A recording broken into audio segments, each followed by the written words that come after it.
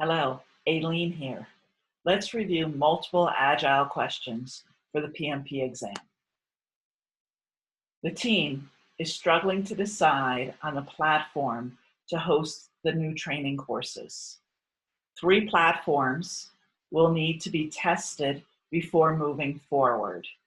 In Agile, this is often known as performing an pause the video and answer the question. Let's talk about the key words in the question. So we're struggling to decide. We need to test before we can move forward. And what do we call this in Agile? Answer A is release. So when I think of a release in Agile, it's the delivery of a product or a feature, usually at the end of multiple iterations. Question is about making a decision. Answer B, a sprint review. A sprint review is a meeting held at the end of a sprint, or again, you might say the end of an iteration. I think of it as a product demo, where we're demoing what we developed during the sprint. Spike is the answer we're looking for. So spike could be a user story. It could take up the whole iteration. We do it when we're researching a question, when we're trying to solve a problem, when we need to do research to make a decision. D, epic. So epic is a large user story, a placeholder where we'll break that epic into smaller, more manageable stories. This question is about a spike. Ask yourself on real projects, are you allowed to stop what you're working and take a spike to help you make a decision to research a question? While hosting a user story writing workshop, the team developed fictional characters to represent a subset of the market. These characters are known as, pause the video and answer the question. So we're developing fictional characters, and what do we call them? A, actors. True, not necessarily what we would call them, though, during a user story. Roles, I think of roles and responsibilities. Customers, well, they're fictional characters, so they're probably not customers. We call them personas. In my work, I've developed several personas. One of my personas is a lady I call Padma. I have a picture of her. She's a typical student of mine. She's taken a PMP prep course from someone else, and for whatever reason, she doesn't feel comfortable that she can pass the exam. With my persona, Padma, she's already failed the exam once, and she's coming to me for help. On an Agile project, the product owner is building the product backlog. In a product backlog, the items at the top, pause the video and answer the question. So we're talking about Agile, a product backlog, and we're talking about the items at the top. When you skim the 4 choices, 2 of them say are smaller and 2 of them say are larger. So at the top of a product backlog, these are the items that have the highest priority. In general, these are the items the team will work on next. So in general, they're smaller because we've already done the work to break down the larger items into smaller items, and we've put them at the top. Now look at the 2 choices. Do they contain more detail or less detail? At the top, we have the smallest items with the most detail.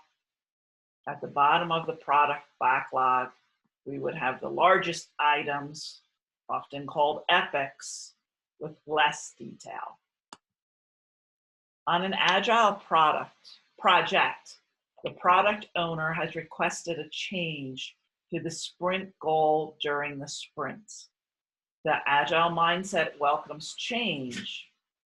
In general, though, we do not allow changes to the sprint goal once a sprint starts because, pause the video and answer the question. Again, we know we're talking about Agile. It welcomes change, but here the product owner has requested a change to the sprint goal during the sprint. Okay, we don't like that. It says we do not allow changes in general to the sprint goal. A, it's a rule of Scrum, and we do not want to break the rule. Boy, I don't like answer A at all. If it makes sense to break the rule in Agile, then we break the rule. B, it may make the sprint longer. C, it may make the sprint shorter. Well, it depends how we do Agile, but in general, sprints are always the same length across a project. D, it may damage the trust between the product owner and the development team. This is the answer we're looking for. In general, we want to know once a sprint starts that that sprint goal is not going to change over the life of our sprint. Remember, for many of us, our sprints might be a week in length or 2 weeks in length. So we want that sprint goal to stay constant. We, the team, want to be able to trust the product owner that the product owner is not going to change the sprint goal. Wow, this looks like almost the same question. On an Agile project, the product owner has requested a change to the sprint goal while the team is executing the sprint. The team should, we'll pause the video and answer the question. The last question told us we don't want the sprint goal to change during the sprint. So what should we do? A, say no. It is a rule that the sprint goal may never change during the sprint. Well, I don't like this phrase, may never change. Life happens, sometimes it does change. So I don't like A. B, review the requested change, including the economic impact. I like the answer B.